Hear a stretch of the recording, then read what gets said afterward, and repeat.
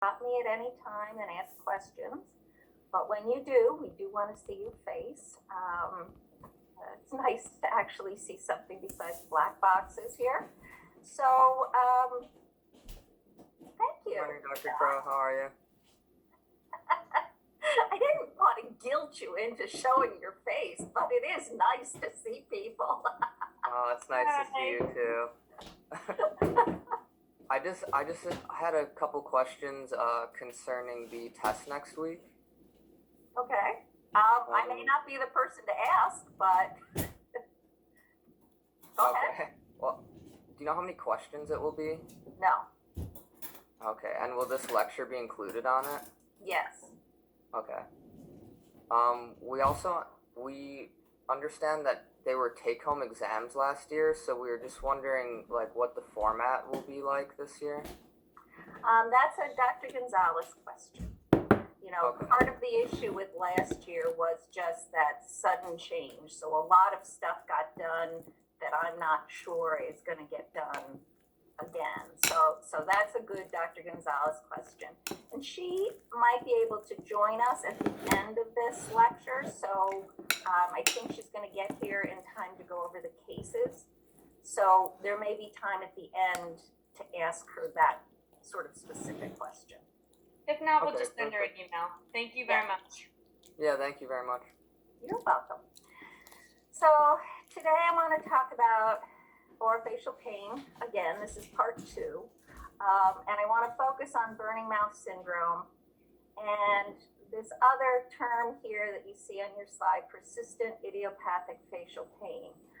Well, guess what? Persistent idiopathic facial pain is the same thing as atypical facial pain, and Dr. Gonzalez did talk a little bit about that last week. So I'm just going to bring a couple of additional things forward with it, but really want to introduce that as a new terminology. So as a general dentist, or actually if you're in many of the specialties, you may encounter patients that have burning mouth syndrome. So knowing a little bit about it and knowing how to do the initial treatments, I think is important. It's been, sort of people run away from burning mouth syndrome. Oh, I've got a burning mouth syndrome patient. But, there's some basic things to think about with it that I think allows you to do some initial treatments. So typical case is going to be perimenopausal, menopausal females. It's much more prevalent in women than men, but I've had male burning mouth patients, so it's not 100% by any means. And the complaint's going to sound different. So my tongue feels like it's scalded. And everybody probably understands what that feels like, because all you have to do is drink some hot coffee and burn your tongue, and you'll know what that feels like. That is actually one of the complaints. So people think of burning mouth as being on fire, and that can be, but it can also be that scalded type feeling, which is almost a numbness type feeling. And my lower lip burns here on the inside. They always have to show me. They always got to pull the mouth apart and show me where it burns. I'll look there anyway, but my tongue burns. I have a metallic taste in my mouth. Nothing tastes good anymore. So this complaint of dysgeusia may be part of it, may not be. So I would say most of my burning mouth patients do not have an altered taste, but some of them do. So the International Headache Society puts together diagnostic criteria, and we went through the diagnostic criteria last week when we talked about some of the primary headaches, and so I want to bring that up as well. This was the old version. This was the last version. This is no longer considered the appropriate version for burning mouth syndrome, but it's my favorite. I actually think it is closer to what I've seen in my patients than the new version, so we'll contrast that. So intraoral burning sensation for which no medical or dental cause can be found. And so it is, that line right there tells you it's a diagnosis of exclusion. When nothing else can be found, maybe it's this, okay? Pain in the mouth present daily, persisting for most of the day, oral mucosa of normal appearance, local and systemic diseases have been excluded. So that's the old terminology.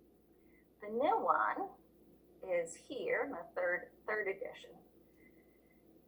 Oral pain fulfilling these two criteria, and it's usually, they write in here that it's usually bilaterally, most often the tip of the tongue, and I do agree with that. But it's this recurring daily for greater than 2 hours per day for greater than 3 months. Now all of a sudden they've introduced the idea that it has to be a chronic pain because it's greater than 3 months, and they've shortened the time period. Most of my patients, the vast majority of my patients, they have burning throughout the day. So I have a couple where it's at a small period of time and then goes away. And so they will now fulfill this criteria, but it's just not what I've seen typically through the years. So it has both of the following characteristics: burning quality, and the intensity can fluctuate and felt superficially, so it's not like a deep pain. Normal appearance of the oral mucosa, clinical examination, including sensory testing, is normal. Now, we don't generally do sensory testing for our patients in general dentistry, at least not at a very sophisticated level. For our cranial nerves, we do some sensory testing, but, so all this, the sensory testing, and so the idea is the neurologic system is intact.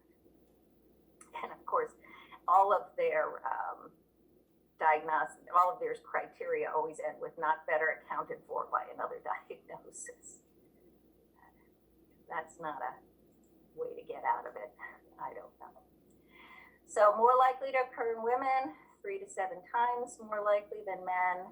Prevalence increases with increasing age, so it is usually this perimenopausal, menopausal. Classic presentation is going to be a female over the age of 50.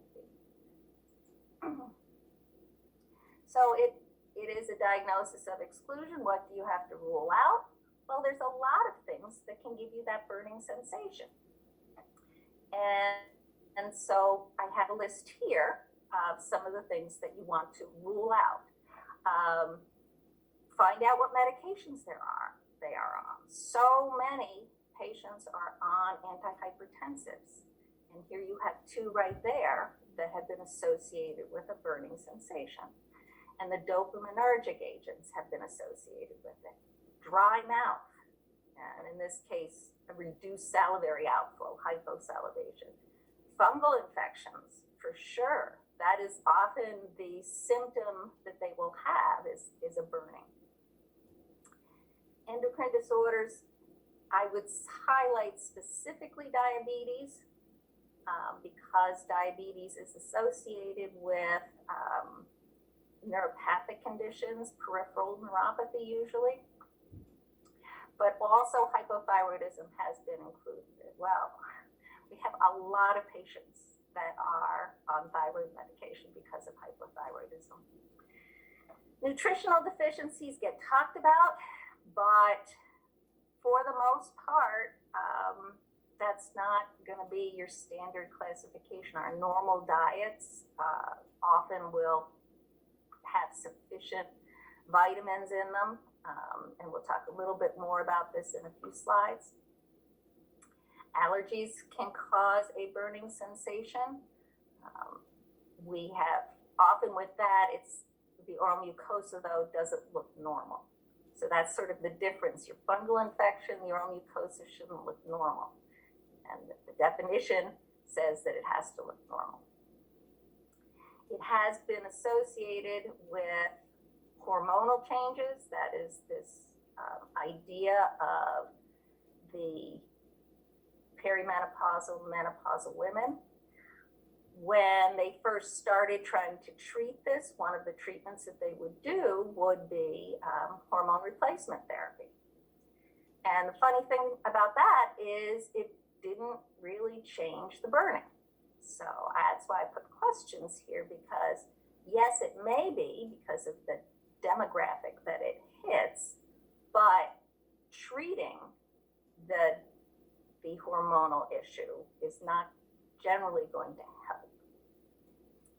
And then I also have parafunction down there because this isn't really something that is talked about much in the literature, but a lot of these patients, because it burns, they will sort of push their tongue. Well, the tip of the tongue is what burns. So what are they doing? They're rubbing the tip of their tongue against the back of their teeth.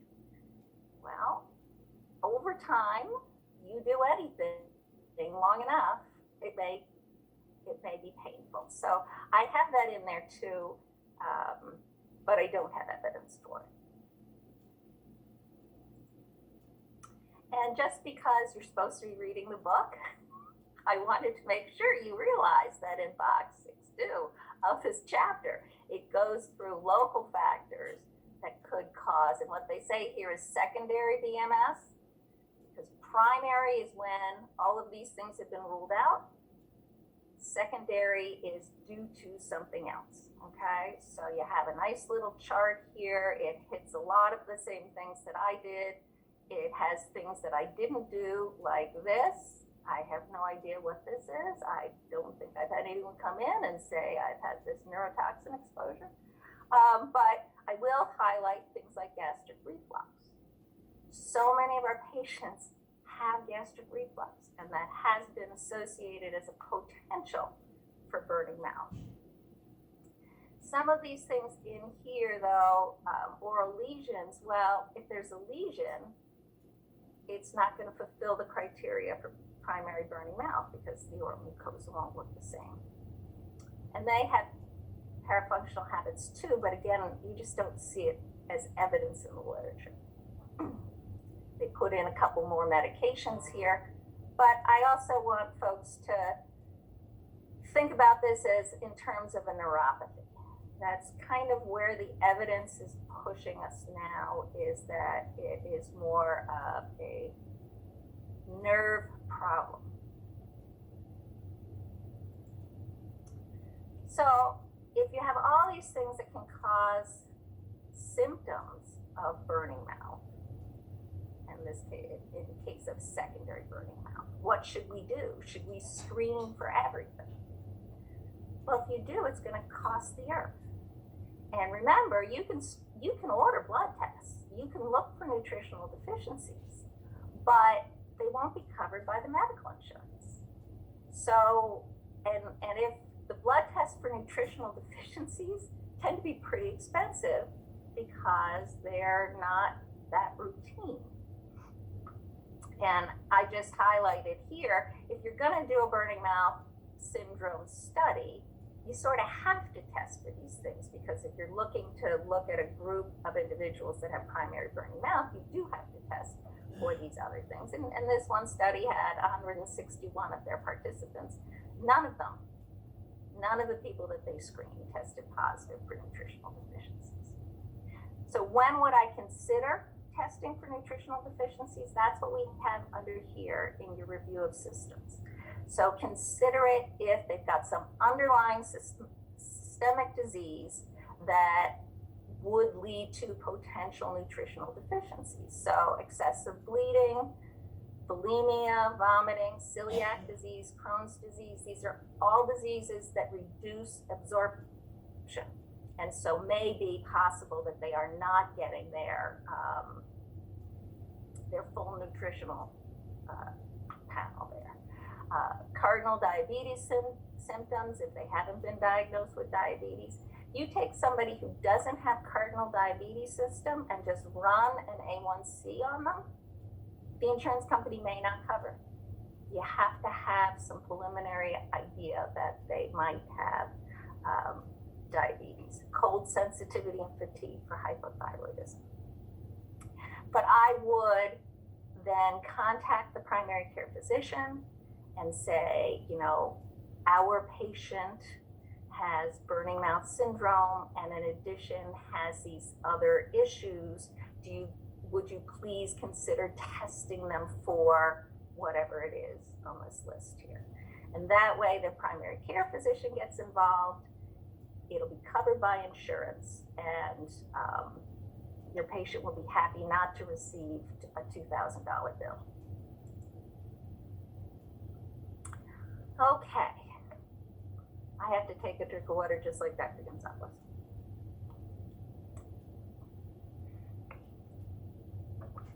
Primary burning mouth syndrome. That means that there is nothing else that's causing it. Unknown prevalence. I can't give you a prevalence because it's incredibly variable in the literature. And so I've seen it as low as 0.7 in the US to 5% or more. Why is that? We don't have really standardized diagnostic criteria like we do for TBD. We have this, well, it should look normal, but it should feel like it's burning, and it should happen for a long period of time. That's our diagnostic criteria.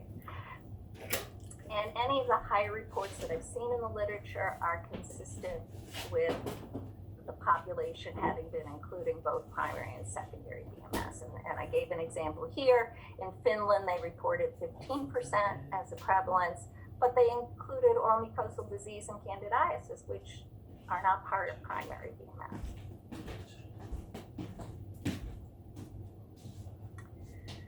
So what is it? It's a burning sensation, also sometimes verbalized by your patients as scalding, continuous, variable intensity, infrequent during sleep. So that's one of the things I ask the patient. You know, when does this happen? I wake up with it, I go to bed with it. If I eat something spicy, it gets much worse and then calms down. Does it prevent you from falling asleep? I can't remember a single patient saying yes. They can all get to sleep despite of this burning sensation. It does not wake them up at night. And that is sort of, in my mind, a very clinical piece that confirms this. Independent of neurologic pathways. What do I mean by that? That's generally, it's going to be bilateral. So it doesn't just hit one side, which would be your neurologic pathway on that side. So it's going to be bilateral. It can be the tongue, it can be the lips, it can be the buccal mucosa, it can be the palate, it can be the throat. If somebody starts talking about burning in their throat, I do think stronger about gastric reflux, because most of the patients that I've seen, it tends to be more in the anterior tip of tongue, as I mentioned before. And it can be accompanied by these taste changes, xerostomia, complaints of a dry mouth, definition of xerostomia, and sensory anomalies. So what causes this? What causes primary burning mouth? Well, it fulfills the criteria for neuropathic pain.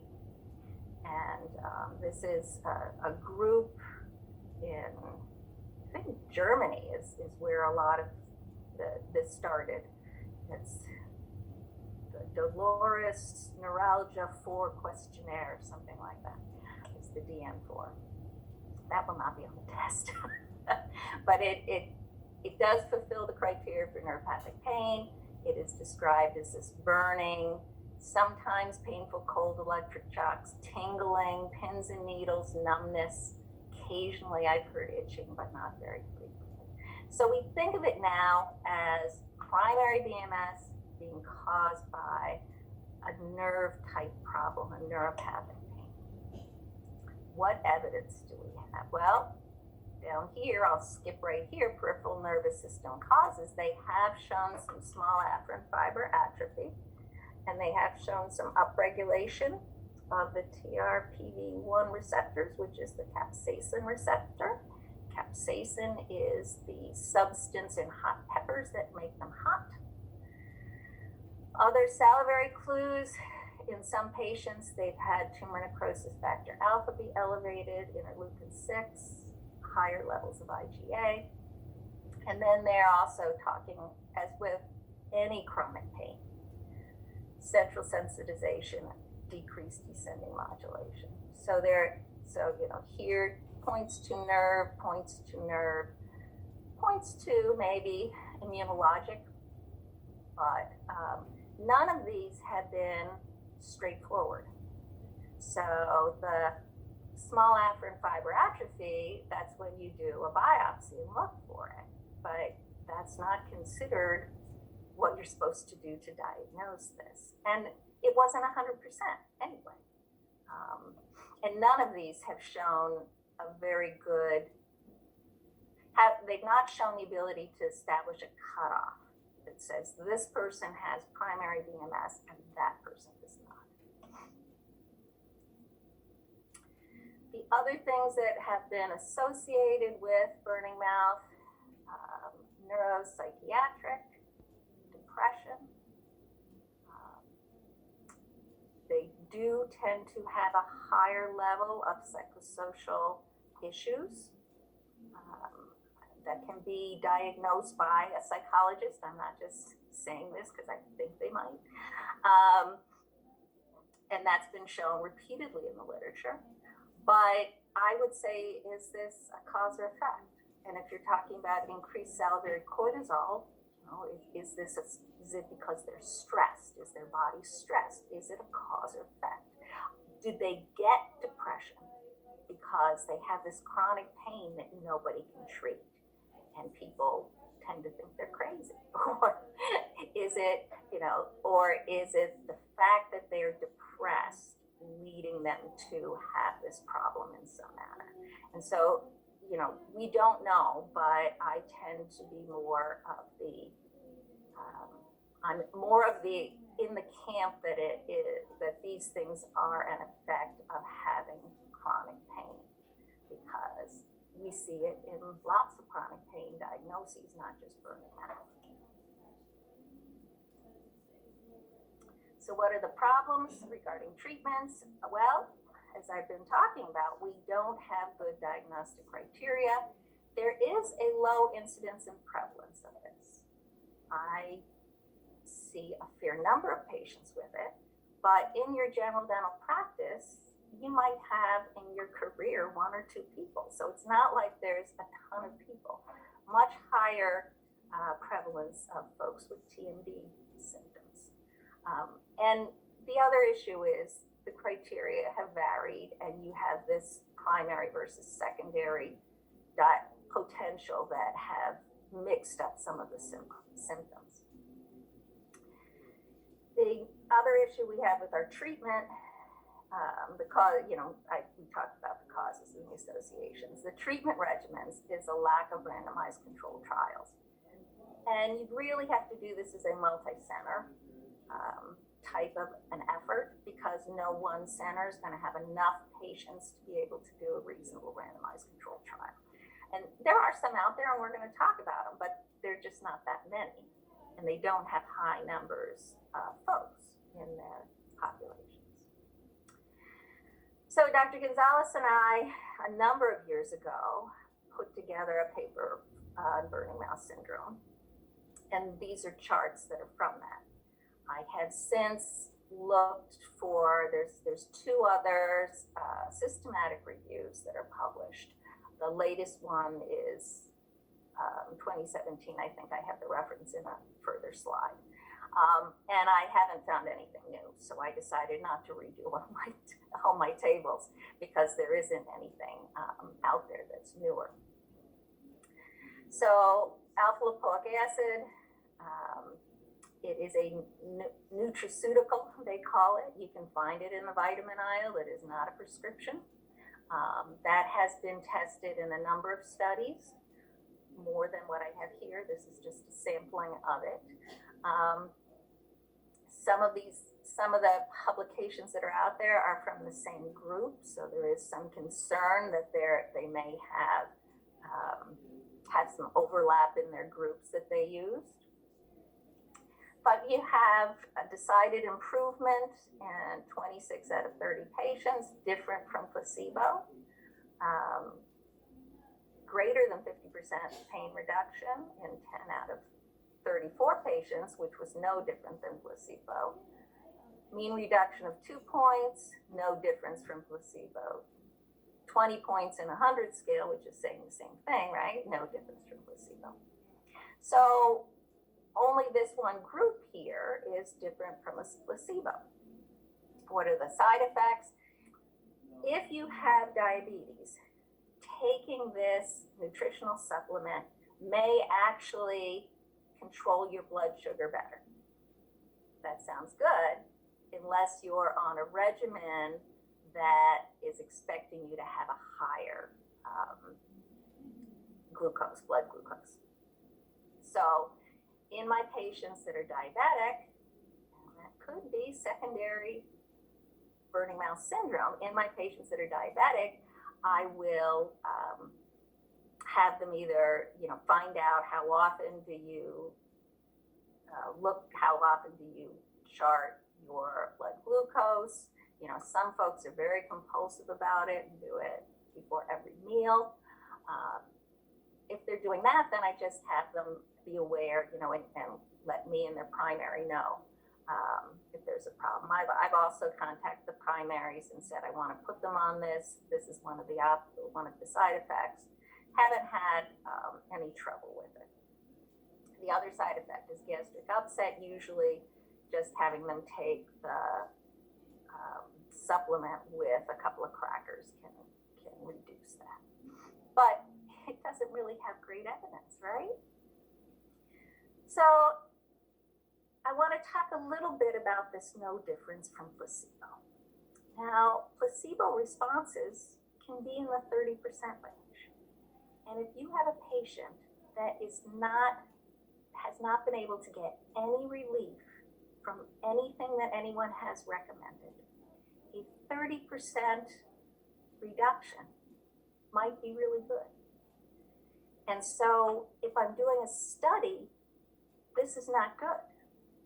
If I'm treating a patient in my chair that nothing else has helped, and I have no good evidence for something that will work really well, it might be okay. So that's something to think about when you're seeing these patients. So capsaicin, this is one of my favorite because the patient has a burning mouth, and I'm going to give them something that makes it burn. It's a very interesting conversation to have with your patient at a time. So there's a couple of studies out there. This is an old one. They use Capsaicin Pills. You can get this in the vitamin aisle. I don't know why you would, because in this one, 32% in the treatment arm had gastric pain. They did say that in the study that the pain rating was significantly lower in the treated group, but they didn't give enough information for us to determine a mean change. Most people that are using capsaicin, and we do here, they use it as a topical. Side effect is increased burning. But we have a significant difference from placebo here. Mean reduction of 3 points, which is clinically significant.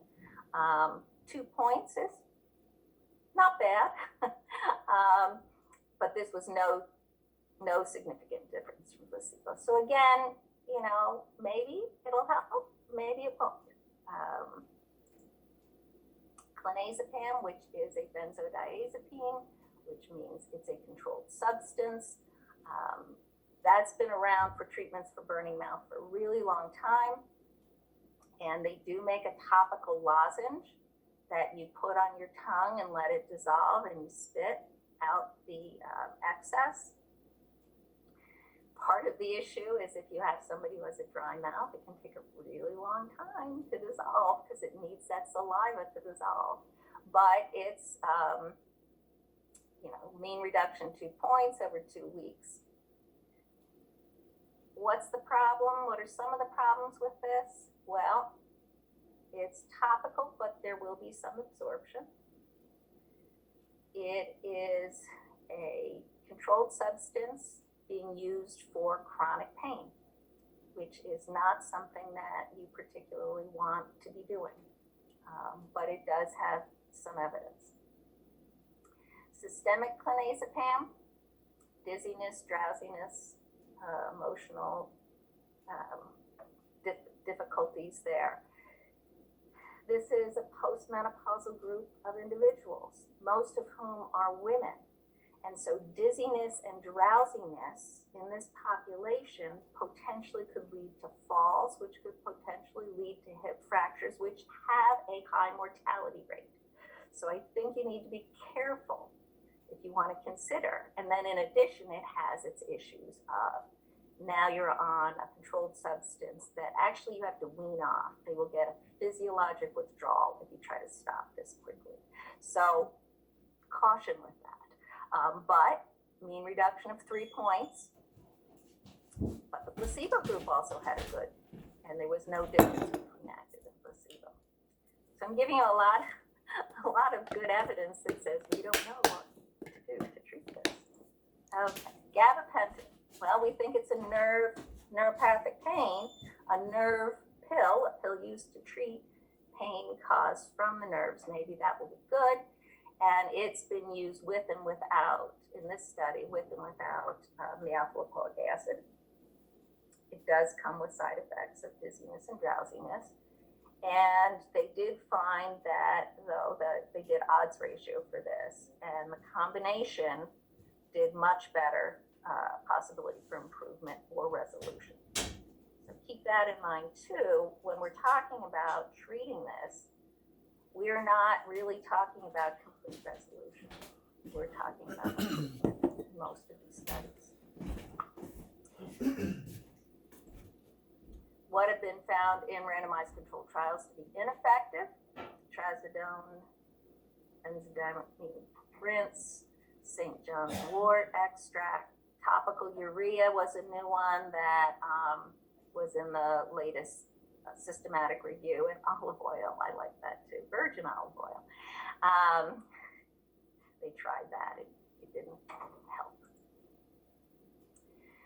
What about cognitive behavioral therapy? That's what CBT stands for.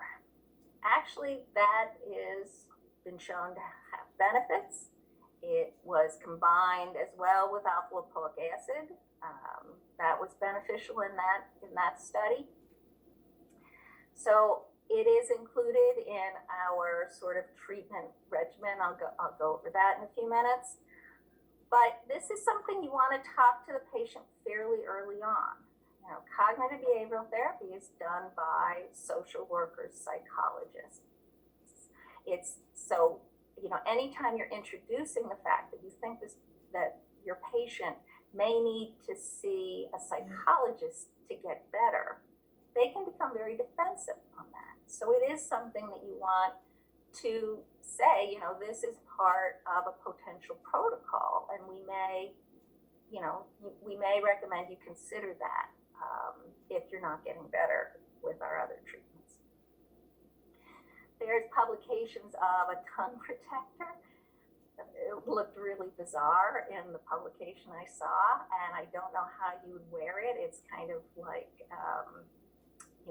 sticking your tongue in. They actually make some sleep apnea devices that have a similar sort of thing where you stick your tongue in this plastic vinyl type holder. I can't quite see that as being a potential great thing. And then there was talk on a randomized clinical trial about an herbal compound, and I thought, I got to look into this.